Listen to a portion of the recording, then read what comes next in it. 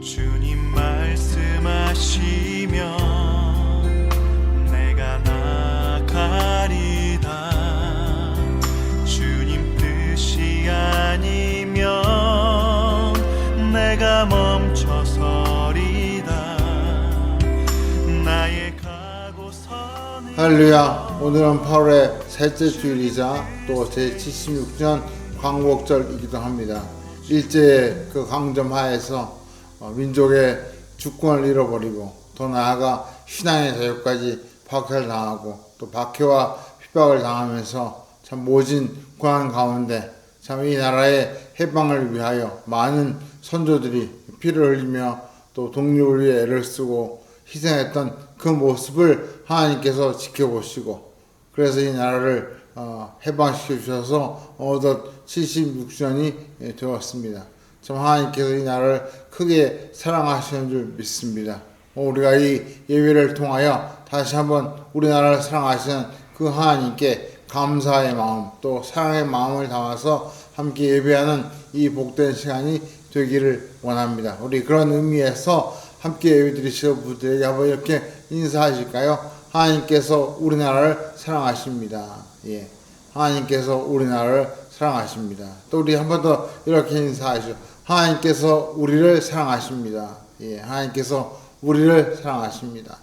여기 함께 예배하는 우리 한 사람 한 사람을 하나님께서 사랑하시고 오늘 예배를 통해서 우리에게 다시 한번 이 코로나 시대에 참 이 힘들고 어려운 이 상황에서 다시 한번 해방의 놀라운 기쁨을 주시는 복된 날이 곧 임할 줄 믿습니다. 우리가 그런 또 다른 해방의 그런 날을 사모하면서 다 같이 예배 자리로 함께 나아가겠습니다. 기도하겠습니다. 할렐루야. 사랑과 은혜가 풍성하신 아버지 하나님 감사합니다. 76년 전에 참 이 땅을 그 일제의 강점하에서 독립을 허락하여 주시고 자주적인 나라로 또 신앙의 자유가 있는 나라로 이 나라를 세워주셔서 참 어느덧 이렇게 크게 부흥하여 그 가난과 전쟁 속에 헤매이던 이 나라가 어느덧 세계 열강 가운데 선진국의 반열에 오르게 하시고 또 무엇보다 세계에서 위를 잡을 수 없을 만큼 교회가 부흥하고 크게 성장하는 놀라운 은혜를 주신 것 감사합니다. 저희가 이 놀라운 하나님의 사랑과 은혜를 망각하고 참 우리가 세상에 취하여 물질과 또 세상적인 그 쾌락에 저희가 잠시 헤매는 이런 어려운 때에 저희들을 이 코로나를 통해 다시 한번 깨우쳐 주시고 믿음의 자리로 돌아오게 하시는 것 감사드립니다. 우리가 이 질병을 다시 한번 바라보면서 하나님의 크신 뜻을 생각하고 하나님께서 속한 시일 내에 이 코로나의 이 억압에서 저희를 해방시켜 주시는 또 다른 해방의 축복을 누리게 하여 주시옵소서. 그래서 마음껏 예배하고 또 마음껏 모여서 함께 하나님께 영광을 돌리는 그런 날이 그런 자유의 날이 속히 올 수 있도록 하나님께서 자비와 긍휼을 베풀어 주시옵소서. 오늘 예배를 통하여 저희가 하나님께 감사와 사랑의 마음을 담아 올려드립니다. 저희 마음을 받으시고 머리 숙인 한 분 한 분의 심령 속에 하나님의 크신 은혜와 기쁨을 충만하게 허락하여 주옵소서. 이 예배를 온전히 하나님께 올리며 살아계신 우리 구주 예수 그리스도의 이름으로 간절히 기도하옵나이다. 아멘. 이 시간 우리나라를 사랑하시고 또 우리를 사랑하신 하나님께 사랑의 마음을 담아서 사후신경으로 다같이 신앙을 고백하겠습니다. 전능하사 천지를 만드신 하나님 아버지를 내가 믿사오며 그 외아들 우리 주 예수 그리스도를 믿사오니 이는 성령으로 잉태하사 동정녀 마리아에게 나시고 본디오 빌라도에게 고난을 받으사 십자가에 못 박혀 죽으시고 장사한 지 사흘 만에 죽은 자 가운데서 살아나시며 하늘에 오르사 전능하신 하나님 우편에 앉아 계시다가 저희로서 산 자와 죽은 자를 심판하러 오시리라. 성령을 믿사오며 거룩한 공회와 성도와 서로 교통하는 것과 죄를 사하여 주시는 것과 몸에 사는 것과 영원히 사는 것을 믿사옵나이다. 아멘. 우리 시간 다 같이 기쁜 마음으로 하나님께 찬양 드리기를 원합니다. 우리가 힘들수록 더 많은 찬송으로 더 많은 찬양으로 하나님께 나아갈 때 하나님께서 이 어려움을 이겨낼 수 있는 힘을 주시고 또 그 찬송과 함께 기도할 때 하나님께 그 기도를 들으시고 놀라운 응답의 축복을 주실 줄 믿습니다. 우리 시간 다 함께 찬양할 때 우리 김재호 씨가 나오셔서 찬양 인도해 주시겠습니다. 네, 즐거운 주일입니다. 우리 다 같이 찬양으로 하나님께 영광 돌리겠습니다. 주와 같이 길 가는 것, 그리고 나의 가장 낮은 마음, 우리 같이 찬양하겠습니다.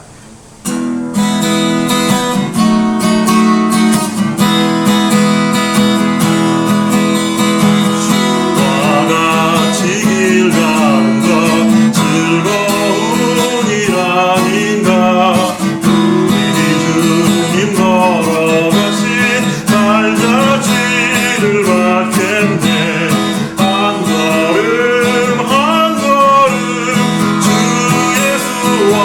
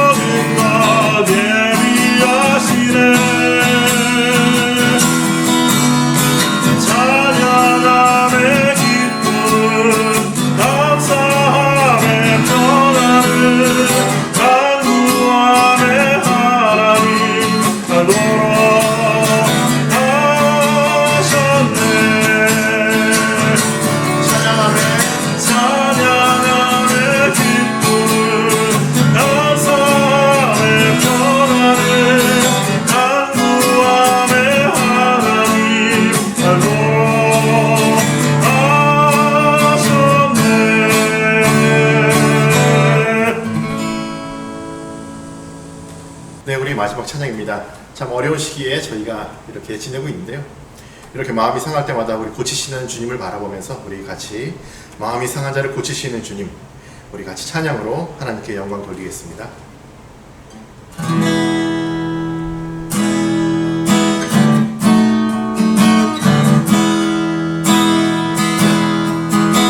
마음이 상한 자를 고치시는 주님, 하늘의 아버지 날 주관하소서. 주의 길로 인도하사 자유케 하소서. 새 일을 행하사 부게 하소서.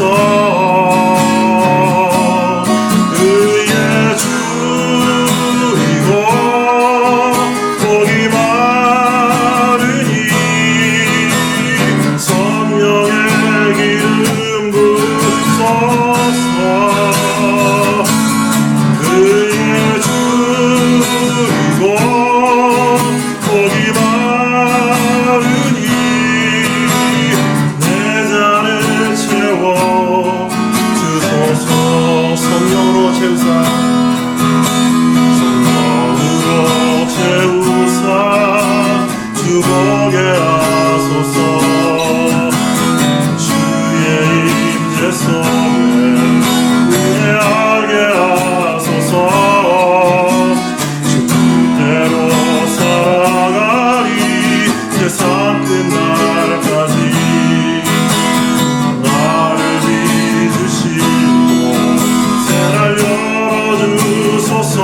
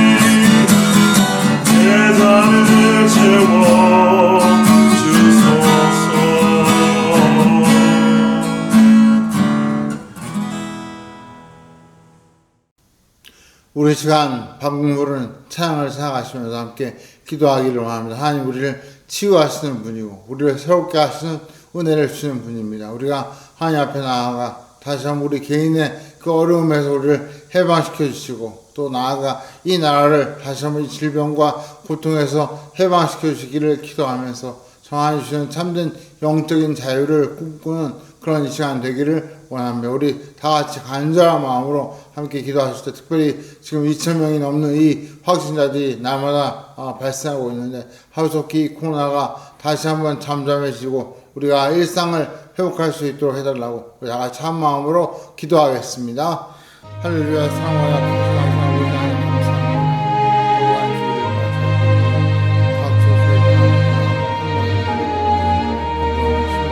영적인 자유와 기쁨을 주시고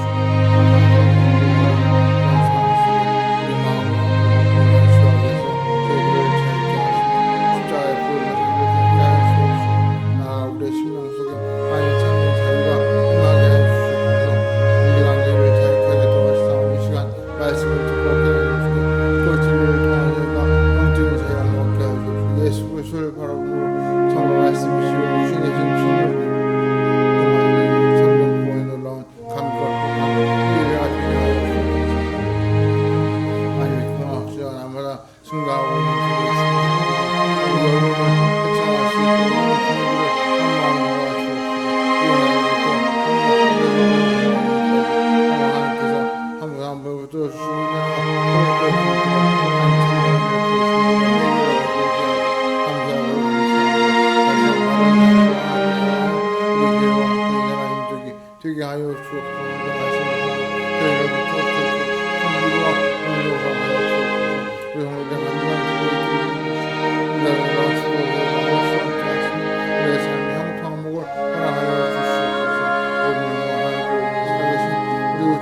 그리스도 이름으로 간절히 기도하옵나이다. 아멘. 오늘 이 시간 하나님께서 우리에게 주신 말씀 함께 보겠습니다. 신약성경 사도행전 17장 10절부터 15절 말씀, 신약성경 217면 사도행전 17장 10절부터 15절 말씀, 자막을 보시거나 성경을 보시면서 우리 함께 한 목소리로 이 말씀 같이 읽겠습니다. 시작. 밤에 형제들이 곧 바울과 실라를 베레아로 보내니 그들이 이르러 유대인의 회당에 들어가니라. 베레아에 있는 사람들은 데살로니가에 있는 사람들보다 더 너그러워서 간절한 마음으로 말씀을 받고 이것이 그러한가 하여 날마다 성경을 상고함으로 그 중에 믿는 사람이 많고 또 헬라의 귀부인과 남자가 적지 아니하나 데살로니가에 있는 유대인들은 바울이 하나님의 말씀을 베레아에서 전한 줄 알고 거기도 가서 무리를 움직여 소동하게 하거늘 형제들이 곧 바울을 내보내어 바다까지 가게 하되 실라와 디모데는 아직 거기에 머물더라. 바울을 인도한 사람들이 그를 데리고 아덴까지 이르러 그에게서 실라와 디모데를 자기에게로 속히 오게 하라는 명령을 받고 떠나니라. 아멘. 중국에서 마오쩌둥, 우리는 모택동이라는 이름으로 더 친숙한 그 중국의 지도자가 중국을 통치할 때 문화 대혁명이라는 사건이 있었습니다. 1966년부터 10년 동안 새로운 공산주의 문화를 창조한다. 그런 미명하에 역사적인 유물들과 또 서적들을 다 파괴하고 불태우는 그런 일을 벌이게 된 것이죠. 그러면서 성경도 다 가져와서 수확하고 교회도 폐쇄하고 또 기독교를 크게 핍박하는 그런 일이 중국에서 벌어지게 되었습니다. 그러다 보니까 그 당시에 중국 교인들이 다 지하로 숨어들어서 지하 교회를 세우게 되고 거기에 모여서 참 은밀하게 참 두려운 가운데 그러나 참 한마음이 되어서 예배를 드리는 그런 일이 일어나게 되었습니다. 하지만 성경을 다 빼앗아 불태웠기 때문에 그들이 모여서 예배를 드릴 때에도 성경 말씀 한 구절 제대로 읽을 수 없는 그런 안타까운 상황이 되었습니다. 이런 중국의 사정을 알고 우리나라에 있는 기독교 라디오 방송 중에 극동방송이라는 그 방송국에서 매일 늦은 밤에 중국에 있는 지하교회 성도들을 위해서 중국어 성경을 매일 밤마다 읽어주는 그런 방송을 하게 되었습니다. 그러던 중에 중국에서 한 통의 편지가 도착하게 되었습니다. 그 내용은 이런 것이었습니다. 이 극동방송에 중국어 성경을 읽어주는 그 방송을 매일 듣던 한 시청자가 그 중국어 성경을 받아듣기 시작했습니다. 매일 밤마다 그 라디오를 들으면서 창세기 1장부터 요한계시록 22장까지 그 성경 말씀을 전부 봐 적은 것입니다.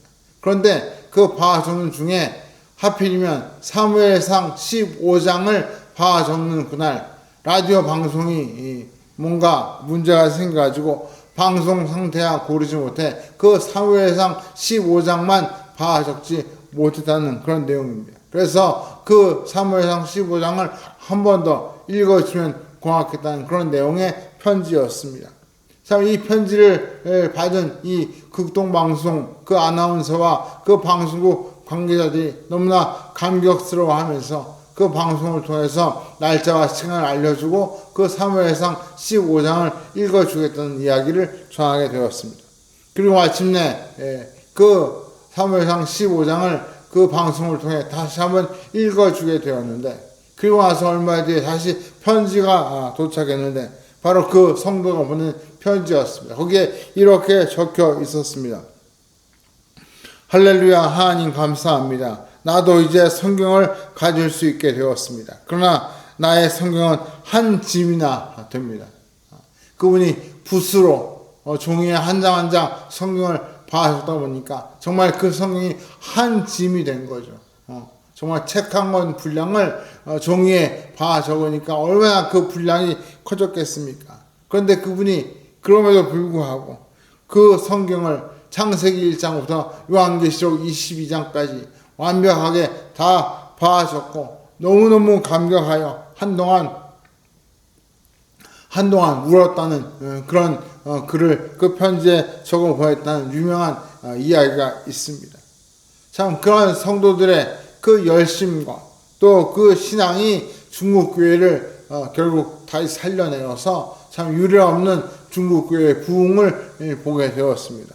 최근까지 정말 중국 교회가 크게 부흥했는데 이런 중국 교회의 부흥을 두려워한 현재 이 시진핑 주석이 교회를 다시 핍박하고 선교사들을 다 추방해서 다시 중국 교회가 지금 큰 어려움을 겪고 있습니다. 하지만 확신컨대 그 어려움이 오히려 때가 되면 다시 중국 교회를 더 크게 부흥시키는 큰 역사로 나타나게 될 줄 믿습니다.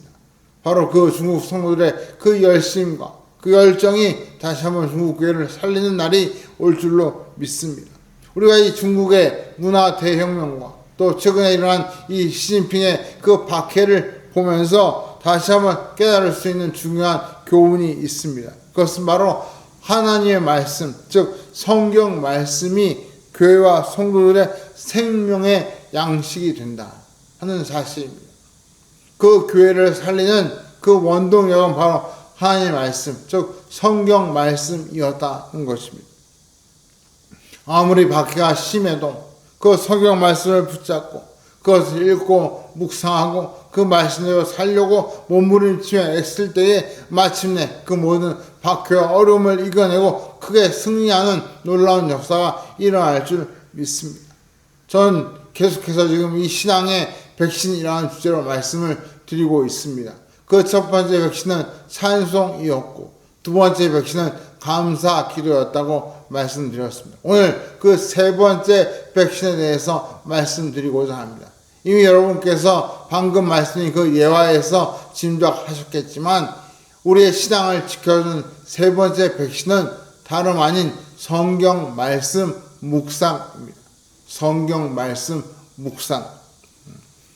우리가 지난 시간에 바울과 실라가 원래는 소아시아 지역, 즉 터키 쪽으로 복음을 선교하러 가려고 했는데 오히려 하나님께서 마게도니아 지역, 즉 유럽으로 불러서 선교하게 하셨다는 사실을 우리가 살펴보면서 제일 먼저 도착했던 도시가 빌립보였다고 말씀드렸습니다. 그 빌립보에서 귀신 들린 한 여인을 치유해 주므로 오히려 그것이 화근이 되어서 옥에 갇히고 고난을 겪었지만 오히려 그 옥에서 하나님께 찬송하고 기도했더니 옥문이 열리고 기적이 일어나고 또 그것을 본 간수가 그 온 가족과 함께 회개하며 구원을 얻는 놀라운 역사가 일어나고 이것이 바로 최초의 유럽의 교회인 빌립보 교회가 세워지는 그 역사의 시작이라고 말씀을 드렸습니다. 이렇게 기적 같은 극적인 결과를 얻은 이 바울과 실라는 유럽으로의 선교여행을 계속하게 되었습니다. 그래서 도착한 두 번째 도시가 오늘 우리가 읽은 사도행전 17장 앞부분에 나오는 데살로니가라는 도시였습니다.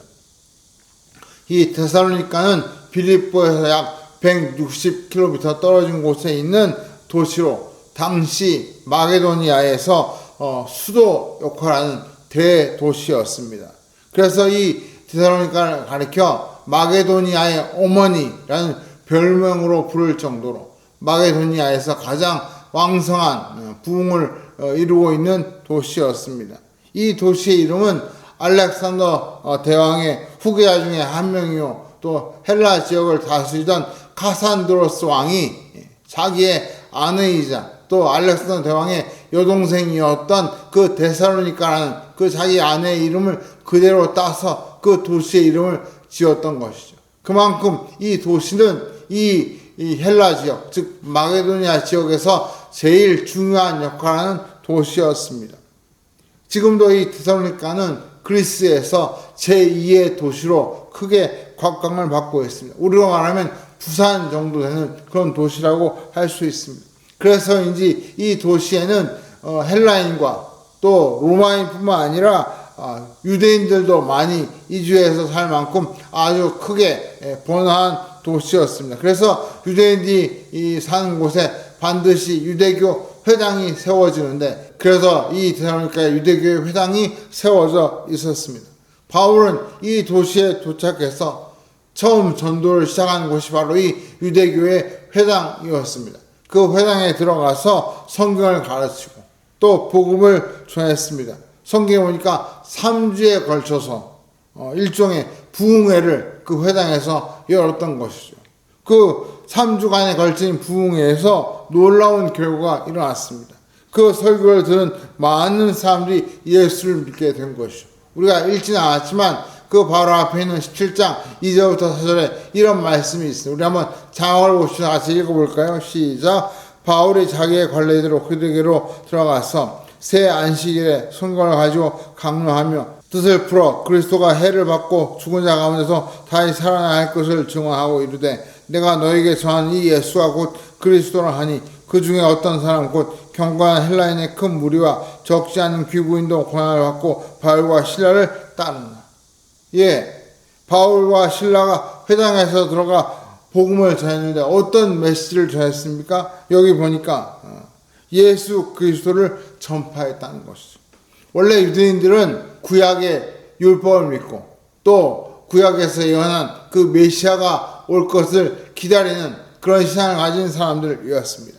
그런데 바울은 그 유대인들이 기다리는 그 메시아가 바로 예수 그리스도시라는 것을 구약의 말씀과 또 예수님의 그 말씀과 행적을 통하여 일목요연하게 그리고 논리정연하게 설명해 주므로 그 메시지를 듣던 사람들이 예수 그리스도가 바로 그 메시아라는 사실을 깨닫고 그 예수님을 믿는 놀라운 역사가 일어난 것입니다. 바울의 설교를 들은 큰 무리들 가운데 헬라인들과 또 적지 않은 귀부인들이 예수를 믿게 되었습니다. 한마디로 그 회당에서 중요한 위치에 있는 사람들이 예수를 믿게 된 것이죠. 유대교에서 기독교로 개종하게 된 것입니다. 정말 이 사건을 통해 데살로니가 교회가 설립되게 되었습니다. 그러자 어떤 일이 일어났습니까? 당연히 질투하고 시기하는 일이 벌어졌습니다. 일부 유대인들이 바울과 신라를 질투하고 시기해서 직접적으로 바울과 신라를 괴롭힐 수 없으니까 그 바울에게 회당에서 설교할 수 있도록 기회를 허락한 그 회당의 관리자, 즉 회당장인 야손을 그 집을 찾아가서 그를 끄집어내어 관야에 고발을 하고 그를 괴롭히게 되었습니다. 결국 이 모습을 본 이 바울과 신라가 더 이상 데살로니가에 있을 수 없어서 다른 곳으로 옮기게 되었습니다. 바로 그 내용이 오늘 읽은 10절에 나오네요. 10절 한번 같이 읽어볼까요? 시작.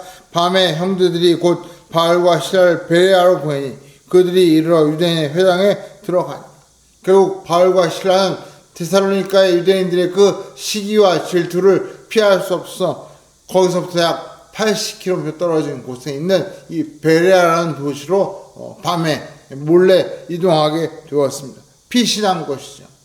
하지만 이 바울과 신라는 이 베레아에서 복음을 전하는 일을 쉬지 않았습니다. 바울은 이 베레아에서 위험을 감수하면서 유대인의 회당에 들어가서 복음을 전하게 되었습니다.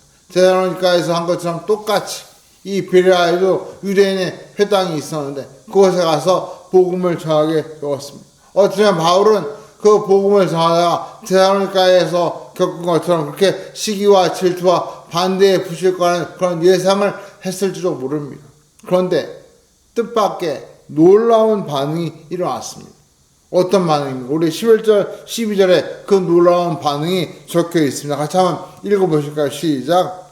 베레아에 있는 사람들은 데살로니가에 있는 사람들보다 더 너그러워서 간절한 마음으로 말씀을 받고 이것이 그러한가 하여 날마다 성경을 상고함으로 그 중에 믿는 사람이 많고 또 헬라의 귀부인과 남자가 적지 아니하. 데살로니가에서처럼 베레아에서도 바울의 설교를 듣고 헬라인 귀족들과 귀부인들이 예수를 믿고 또 많은 사람들이 예수를 믿는 개종의 역사가 일어나게 된 것입니다. 특히 여기서 우리가 주목할 구절이 있습니다. 바로 11절입니다. 다시 한번 11절 보시면 이렇게 설명합니다. 베레아에 있는 사람들은 데살로니가에 있는 사람들보다 더 너그러워서 간절한 마음으로 말씀을 받고 이것이 그러한가 하여 날마다 성경을 상고하였다. 날마다 성경을 상고하였다는 것입니다. 데살로니가에 있는 신하들과 이 베레아의 신하들은 확실히 달랐습니다. 뭐가 달랐습니까? 크게 세 가지 큰 차이점을 우리가 발견하게 됩니다. 그 첫 번째는 베레아에 있는 사람들이 훨씬 더 너그러운 사람들이었다는 거죠. 너그러운 사람들. 우리 예전 성경의 번역에 보시면 더 신사적이었다. 그렇게 번역하고 있습니다. 말 그대로 시기와 질투와 그로 인한 어떤 폭력을 자행하는 그런 사람들이 아니라 신사적이고 너그러운 사람들이었습니다. 그 말은 하나님의 말씀을 받아들이는 데 있어서 돌같이 굳은 마음이 아니라 열린 마음으로 부드러운 마음으로 그 말씀을 받아들였다는 뜻입니다. 둘째로 그 사람들은 간절한 마음으로 하나님의 말씀을 받아들였습니다. 부드러운 마음뿐만 아니라 간절한 마음, 즉 열심과 또 그 말씀에 대한 사모하는 마음을 가지고 있었던 것입니다. 억지로 수동적으로 그 설교를 듣는 것이 아니라 정말 능동적으로 간절한 마음으로 그 말씀을 배우고 받아들이게 된 것이죠. 그리고 무엇보다 세 번째로 그들은 배운 성경 말씀을 날마다 상고하였습니다. 이 상고하다라는 말을 헬라어에 찾아보니까 아나크리노라는 말인데 영어로 이 단어를 번역한 성경들을 보니까 이그제민이라고 번역을 다 해놓았습니다. 그 말은 우리말로 조사하다 혹은 깊이 연구하다 혹은 깊이 묵상하다 그런 뜻입니다. 즉 이 베레아 사람들은 부드러운 마음과 또 간절한 마음만 있는 것이 아니라 그 들은 말씀을 깊이 연구하고 묵상하는 그런 사람들이었습니다. 전 이 베레아 사람들의 이 신앙과 태도에서 우리가 찾는 그 신앙의 백신을 발견하게 됩니다. 그것은 바로 성경 말씀을 상고하는 것. 다시 말해 성경 말씀을 묵상하는 것이 바로 신앙의 중요한 백신이 된다. 그 사실을 발견하게 되었습니다. 베레아에 있는 그리스도인들은 오늘날 현대의 그리스도인과 이런 점에서 큰 차이가 있습니다. 어느 목사님의 지적처럼 오늘날의 그리스도인들이 제일 이 베레아 교회 성도들과 비교할 때 제일 못하는 부분이 두 가지가 있는데 그 중에 하나는 성경을 잘 읽지 않는다는 것이다. 그렇게 설명한 글을 보았습니다. 실제로 정말 요즘은 성경을 잘 읽지 않는 그런 시대가 되었습니다. 어떤 조사에 보면 성경은 주일날 듣는 설교 때 읽는 그 성경이 일주일에 읽는 성경의 전부인 사람도 많다. 그런 조사가 보고된 적이 있습니다. 설교 때 읽는 그 성경을 읽는 그것이 그 한 주일의 성경 읽기의 전부라는 것이죠. 그만큼 평소에 성경을 전혀 읽지 않는 사람이 많다는 것입니다.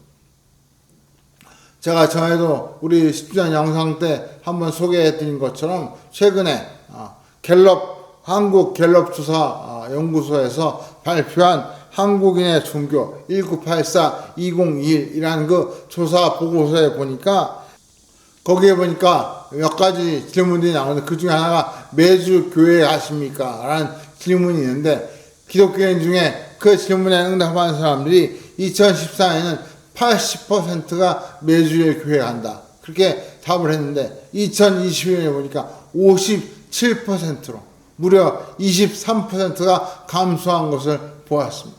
그 말은 2014년에는 교인 10명 중 8명은 그저 주일날 빠지지 않고 예배를 드렸다는 것이죠. 그런데 요즘은 10명 중에 5, 6명은 예배를 드리지만 적어도 4명에서 5명은 예배를 드리지 않는다는 것입니다. 거의 절반 가까이 예배를 안 드리는 것이죠. 참 너무나 안타까운 일이 벌어지고 있습니다. 또 그런가 하면 그 질문 중에 성경은 얼마나 자주 읽으십니까? 그런 질문이 있는데 매일 읽는다고 답한 분이 13%, 일주일에 3번 혹은 4번 정도 읽는다고 한 분이 11%, 일주일에 한 번만 읽는다 하는 분이 18%, 그러면 전혀 읽지 않는다 하는 분이 몇 프로일까요? 19%. 5명 중 1명은 교회를 다니지만 성경을 전혀 읽지 않는다고 답을 했어요. 그리고 성경을 읽어도 그저 5명 중에 1명은 일주일에 한 번 정도 읽는 것이죠. 그리고 실제로 성경을 열심히 읽는 분은 정말 100명 중에 13명 정도밖에 되지 않습니다. 참 제가 그 조사 결과를 보고 많이 마음이 참 낙심이 되었는데, 거기서 제가 한 가지 희망을 보았습니다.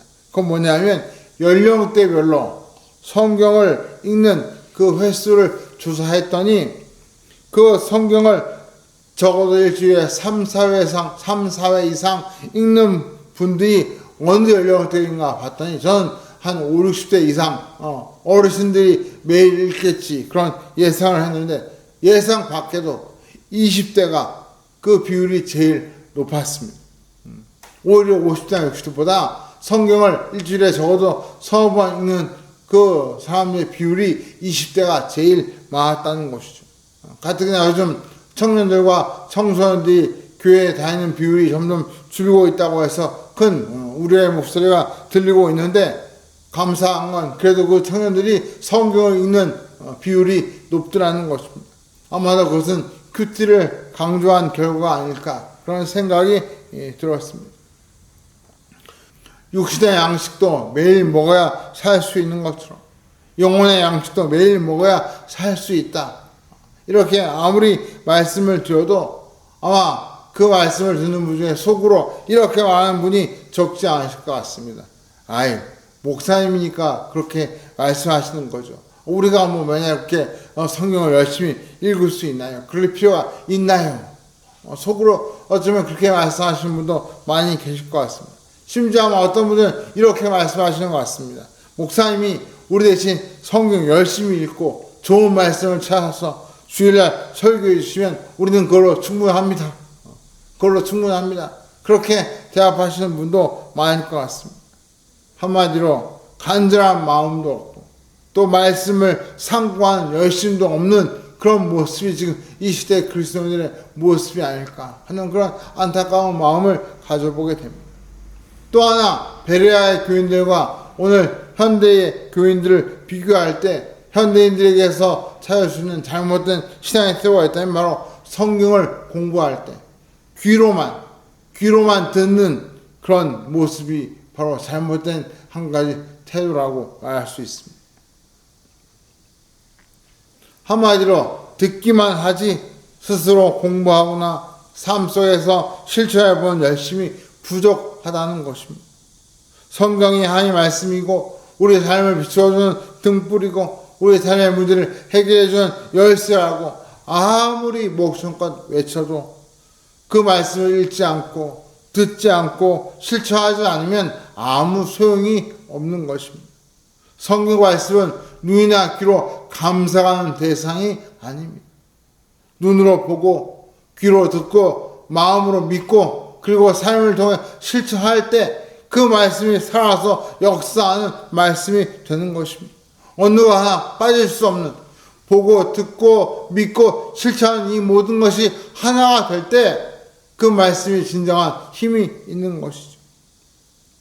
그런 의미에서 이 하나님의 말씀을 날마다 묵상하고 상고할 때 어떤 유익이 있습니까? 저는 마지막으로 이 말씀을 상고할 때 우리에게 주시는 그 유익을 살펴보면서 이 말씀을 다시 한번 맺고자 합니다.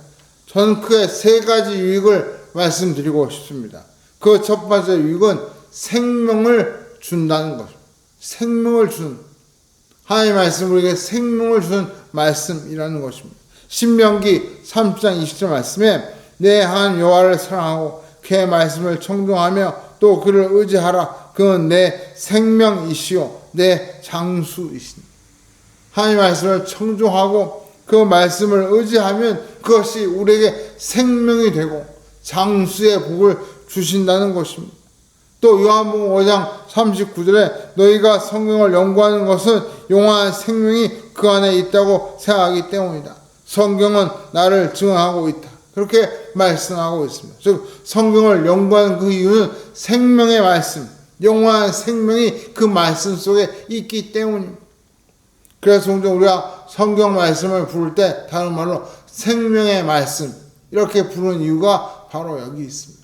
성경은 생명의 말씀입니다. 영국의 국왕 중에서 제임스 1세라는 그 왕이 있습니다. 그분은 우리가 잘 아는 영어 성경 중에 아주 대표적인 성경 킹 제임스 버전의 그 성경을 번역하도록 독려했던 아주 독실한 신앙이 있는 그런 왕이었습니다. 이 왕은 작은 범죄도 허투루 여기지 않고 엄하게 다스리기로 아주 유명한 왕이었습니다. 한 번은 암스트롱이라고 하는 사람이 남의 집에 양을 훔치다가 걸려서 엄한 사형이라고 하는 엄한 형벌을 받게 되었습니다. 요즘으로 보면 좀 벌이 과했다는 생각이 들죠. 하지만 그 당시에 워낙 이 킹 제임스 왕이 독실한 신자였고 말씀을 강조했기 때문에 벌이 그만큼 중요했던 것 같습니다. 도둑을 훔치자로 이 암스트롱이라는 사람이 사형 선고를 받고 감옥에 갇히게 되었습니다. 이 도둑이 그 사형 선고를 모면하기 위해서 머리를 짜내고 머리를 굴리며 묘안을 생각해냈는데 그것이 이것이었습니다. 간수를 불러서 이렇게 말했습니다. 어차피 죽을 목숨 죽기 전에 성경책 한번 읽어보고 죽고 싶습니다. 성경 한번 읽고 죽을 수 있도록 해주십시오. 그렇게 부탁을 한 것이죠.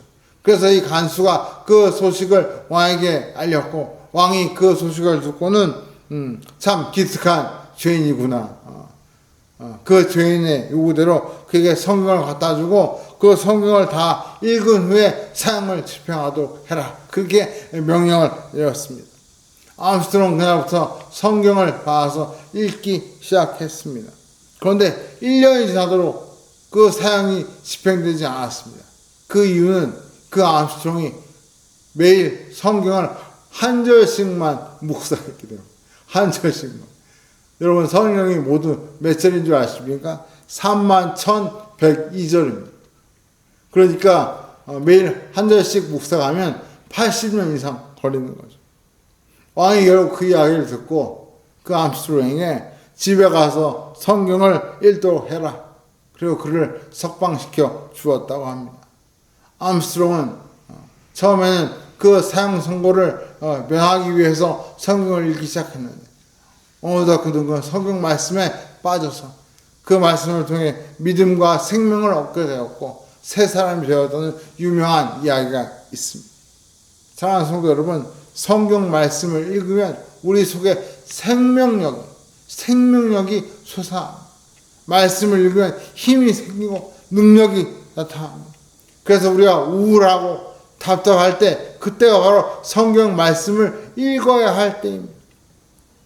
말씀을 읽다 보면 그 말씀 속에 하나님의 위로의 음성이 들리고 답답한 그 문제를 해결할 수 있는 그 열쇠와 같은 말씀이 그 성경 속에서 들려오게 되는 것입니다. 두 번째로 우리가 성경을 상고할 때, 묵상할 때 얻는 유익이 무엇입니까? 바로 올바른 삶의 기준을 가르쳐 줍니다. 올바른 삶의 기준. 우리가 잘 아는 디모데후서 3장 16절 말씀에 이런 말씀이 있습니다. 우리 같이 한번 읽어볼까요? 시작. 모든 성경은 하나님의 감동으로 된 것으로 교훈과 책망과 바르게 함과 의로 교육하기 유익하니 이는 하나님의 사람으로 온전케 하며 모든 선한 일을 행하기에 온전케 하려 함이니라. 하나님의 말씀은 하나님의 감동으로 되었기 때문에 우리의 교훈과 책망과 바르게 함과 의로 교육하는 놀라운 효과가 있고 이 말씀을 통해 우리가 온전한 사람으로 거듭나게 된다는 것입니다. 그래서 우리가 성경은 우리가 가야 할 길을 가르쳐주는 이정표가 되고 또 우리가 어떻게 행동해야 할지를 알려주는 삶의 교본, 지침서가 된다고 그렇게 말씀을 합니다. 우리가 판단하거나 결정을 내기 어려운 그런 문제가 있을 때에 성경에 물어보면 그 성경 말씀이 우리에게 답을 가르쳐 준다는 뜻입니다. 제가 얼마 전에 우리 교회 장지환 집사님이 카 인테리어 샵을 오픈했다는 그런 소식을 전해드린 바가 있습니다. 정확하게 말하면 카 디테일링 샵입니다. 세차하고 또 광택 내주고 또 썬팅하는 그런 차의 인테리어와 관련된 그런 샵이죠. 제가 그 샵 경험 예비를 드리러 가서 그 샵의 이름을 물어보았습니다. 그 가게 상호명이 필413인데 영어로 필413 이렇게 되어 있었습니다. 그래서 그 뜻이 뭔가 여쭤보았더니 바로 빌립보서 4장 13절을 영어로 표기한 것이 바로 그 샵의 상호였습니다. 다들 지금처럼 이렇게 어려워서 개업을 말리는데 우리 집사님이 기도하는 중에 지금이 바로 시작할 때라고 하나님께서 그런 믿음을 주셔서 그 가게를 오픈했다는 말씀을 하셨습니다. 여러분 빌립보 4장 10절 말씀이 무엇입니까? 다 아시죠? 내게 능력 주시는 자에서 내가 모든 것을 할 수 있느니라. 그 말씀을 믿고 의지하고 그 말씀을 가게의 상호로 적고 그리고 새롭게 사업을 시작했습니다. 하나님께서 그 믿음대로 놀라운 축복을 주실 줄 믿습니다. 여러분도 그 가게를 위해서 그 집사님을 위해서 기도해 주시면 감사하겠습니다. 사랑하는 성도 여러분, 말씀은 우리가 가야 할지 서야 할지 또 무엇을 해야 할지 가르쳐주는 놀라운 삶의 지침서가 됩니다. 그래서 우리가 온전한 삶을 살 수 있도록 도와주는 그 능력이 말씀 속에 있기 때문에 그래서 말씀을 우리가 묵상해야 하는 것입니다. 마지막 세 번째, 말씀을 묵상할 때 상고할 때 얻는 유익이 무엇입니까? 바로 영적인 승리를 가져다 줍니다. 영적인 승리. 요한일서 2장 14절 말씀에 이런 말씀이 있습니다. 청년들아, 내가 너에게 쓴 것은 너희가 강하고 하나님의 말씀이 너희 안에 거하시며 너희가 흉악한 자를 이기었음이라. 말씀이 그 소에 거할 때 흉악한 자를 이긴다는 놀라운 말씀을 하십니다. 이걸 좀 더 확대해서 해석하면 하나님의 말씀은 시험과 유혹을 이기고 승리할 수 있는 힘을 준다는 뜻입니다.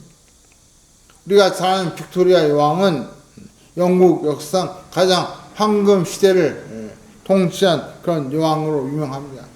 1837년에 18살의 나이에 여왕이 되어서 영국을 다스리게 되었고 무려 64년 동안 영국을 통치하면서 해가 지지 않는 나라라고 하는 유명한 별명이 붙을 만큼 영국을 크게 부흥시킨 번영시킨 그런 왕이었습니다. 그녀에게 유명한 일화가 많이 있는데 그 중에 한 가지가 이런 일화가 있습니다. 한 번은 인도의 왕자가 이 빅토리아 여왕을 찾아와서 왕에게 묻습니다. 왕이여, 이렇게 정치를 잘하시는 비결이 무엇입니까? 이렇게 정치를 잘하는 비결이 무엇입니까? 그랬더니 이 빅토리아 여왕이 탁자 위에 있는 성경책을 가리키면서 이것이 바로 비결입니다. 그런 대답을 했다는 것이죠.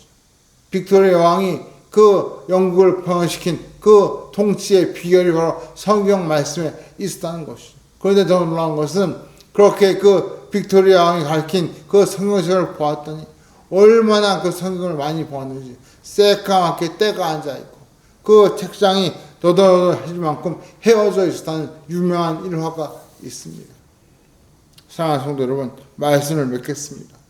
데살로니가 유대인들은 바울과 시라를 시기하고 질투하여 그에게 억울한 누명을 씌우고 그를 핍박하였습니다.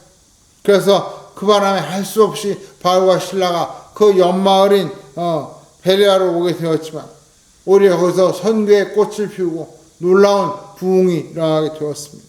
그 바탕에는 바울과 신라가 말씀을 잘 가르치고 선교한 것도 있지만 동시에 그 베레아의 교인들이 부드러운 마음과 또 간절한 마음 그리고 무엇보다 성경 말씀을 날마다 상고하는 그런 신앙이 있었기 때문에 이런 놀라운 부흥의 역사가 일어난 줄 믿습니다.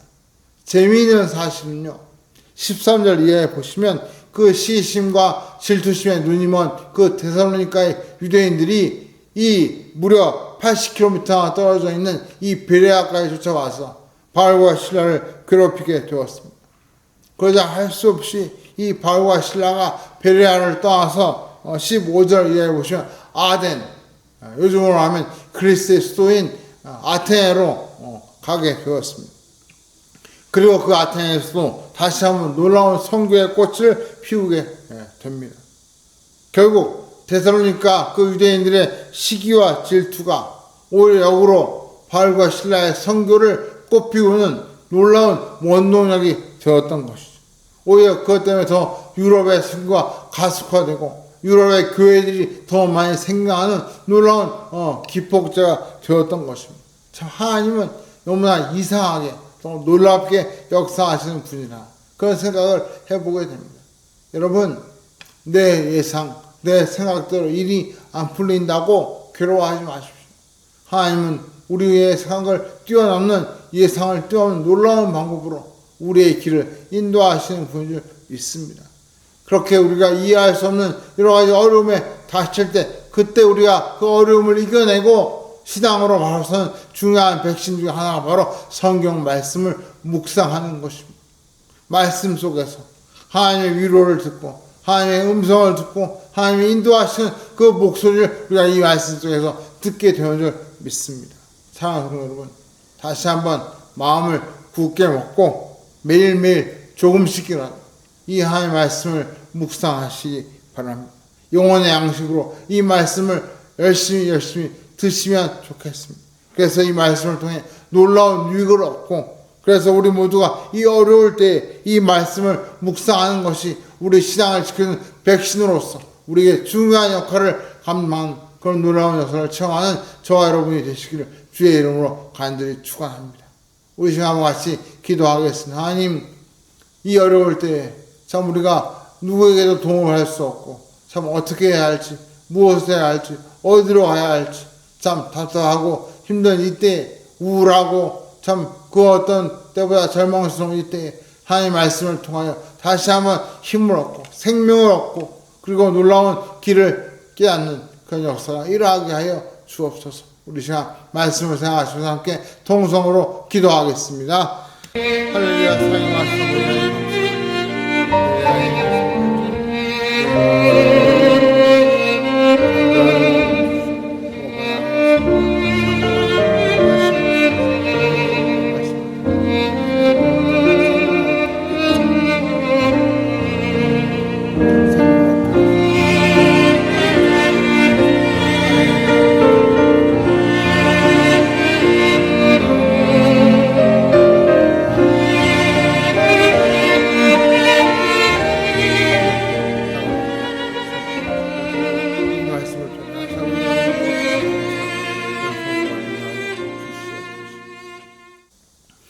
할렐루야. 사랑하자 풍성하신 아버지 하나님 감사합니다.